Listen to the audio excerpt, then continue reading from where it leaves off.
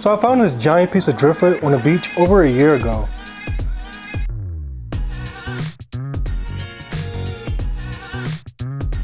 I bought it home knowing that one day it would look great inside my aquarium. Today I try to make that a reality.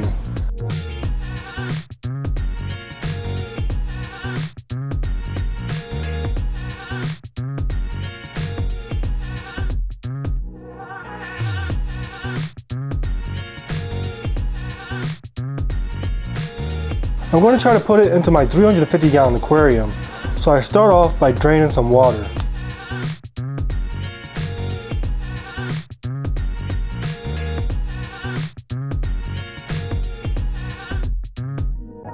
While the tank is draining, I'll go over the dimensions of the wood, making sure that it can actually fit into the aquarium. The footprint of the tank is 8 feet by 3 feet, so I use the tiles on the floor to see how much space it will take up in the aquarium.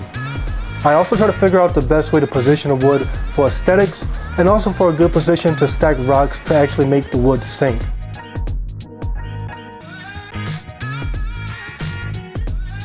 I turn my attention back to the draining aquarium and start to take out the existing driftwood.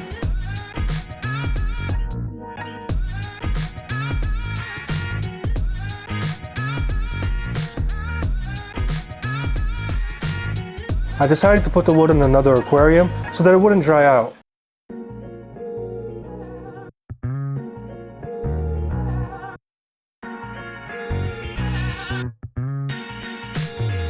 Back at the 350, I started moving rocks and siphoning out the waste that was underneath them.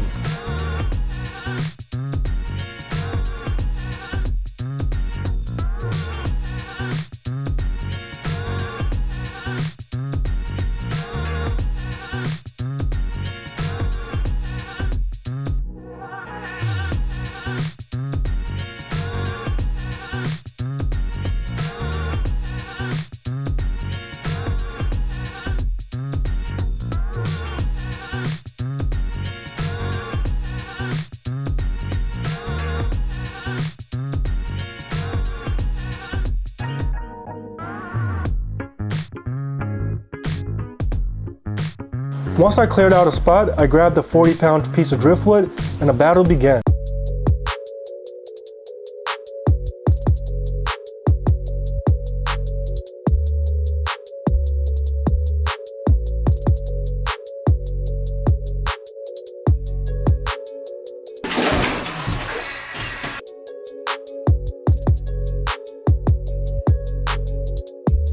It was at this moment that he knew.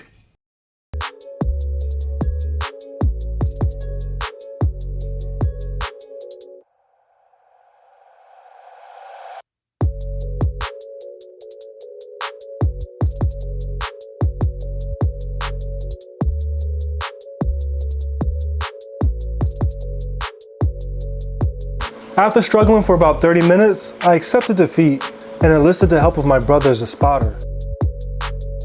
Together, we concluded that the wood was too big, my basement ceiling height was too low, the opening of the aquarium was too small, so I resorted to violence.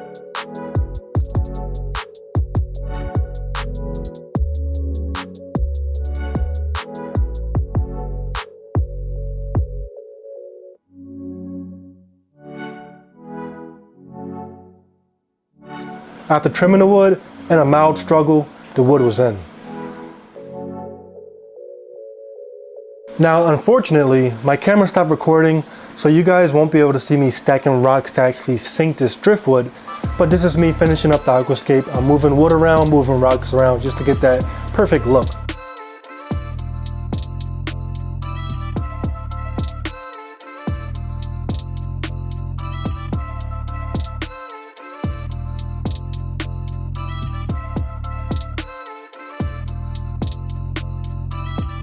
Once the scape was complete, I started refilling the aquarium and I turned my attention to my 125-gallon grow-out aquarium and I started to catch some of the larger grow-outs to put into my 350.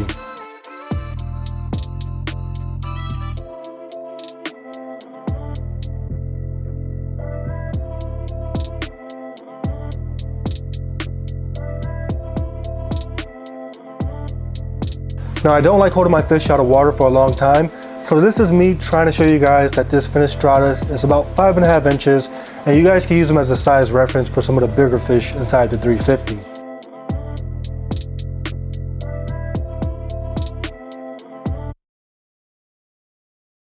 This is the tank once it's full of water, and this is the tank a few hours later.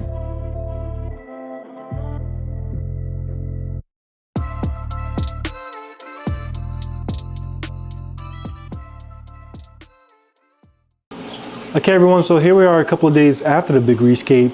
I wanted to give the fish time to adjust to the new look, and I must say I definitely love this new Aquascape. It's like I have a brand new aquarium. Now whenever I try to aquascape a tank, I have two main goals. One is to make sure that it's aesthetic and beautiful for me, but at the same time I also want to make it comfortable for the fish, and I definitely believe I achieved both of those with this Aquascape.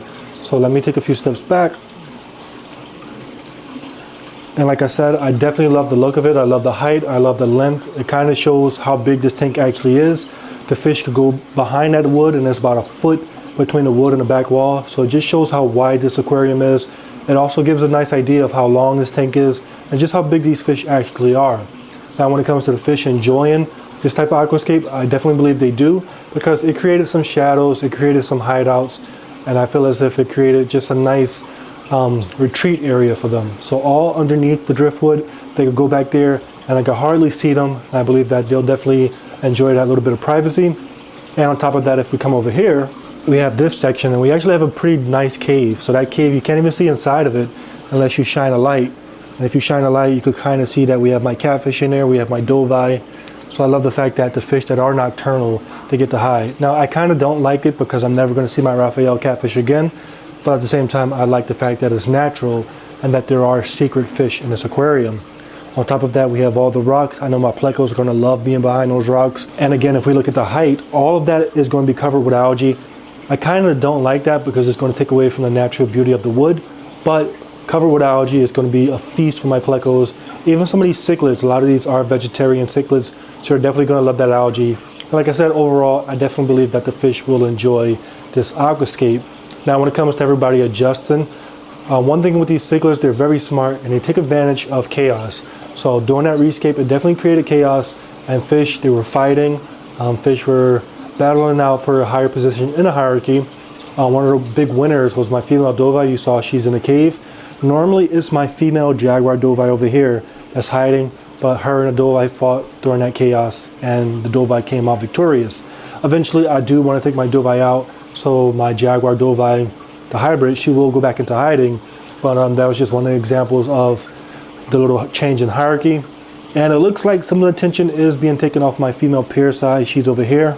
As you can see, the female pearseye, she's starting to show her normal color, that nice golden color. And that's because the black belt, he's not really minding her too much because he's been getting some challenges from the bifasciatus. So it's definitely nice to see that the main fish, the main reason why I did this rescape was to make her a little bit more comfortable and to take the attention off of her. It's good to see that that's actually working. Besides that, I also added some new fish to this aquarium. I added the fish right there in the center, my finished Stratus. Looks extremely tiny, but that fish is close to 6 inches and just gives you an idea of how big some of these fish are. If that little guy is 6 inches, my black belt has to be at least 13 inches. Behind that fish, you can see my Feste, one of two. That is my smaller one. If we pan to the right, my larger Feste, who's about 6 inches as well, he's right there. Who else? If we pan to the left, my Texas cichlid is trying to claim that territory. I see him even trying to challenge some of the larger fish, which isn't a good idea, but that's just his way of trying to claim some position in the hierarchy. And then lastly, we have my Zonatus, which is on top of this rock over here. And I'm trying to get used to the big fish. They are a little bit intimidated. And when it comes to the hierarchy of the smaller fish, the Zonatus is probably at the bottom. But yeah, all these new guys added, and I didn't want to add the Feste because I wanted this tank to be fully Central American. I just thought it was a good idea to add them because it'll take away some of the attention from the Central American cichlids. So yeah, everyone, it's been a couple of days. Now, I just added these fish, and I'm kind of regretting it because with certain aquascapes, you really don't need a lot of fish. And I feel as if this is one of those aquascapes where you don't need a lot of fish. The aquascape itself is pretty great, and 5 fish with maybe some dither fish will be good enough. So yeah, we'll see what I do in the future. But yeah, this is the tank as of now. As always, let me know what you guys think about this aquascape. If you would change anything, let me know what you would change. If you would take some fish out, who would you take out? Thank you for taking the time to watch this video. Hope you enjoyed, and I'll catch you guys on the next one.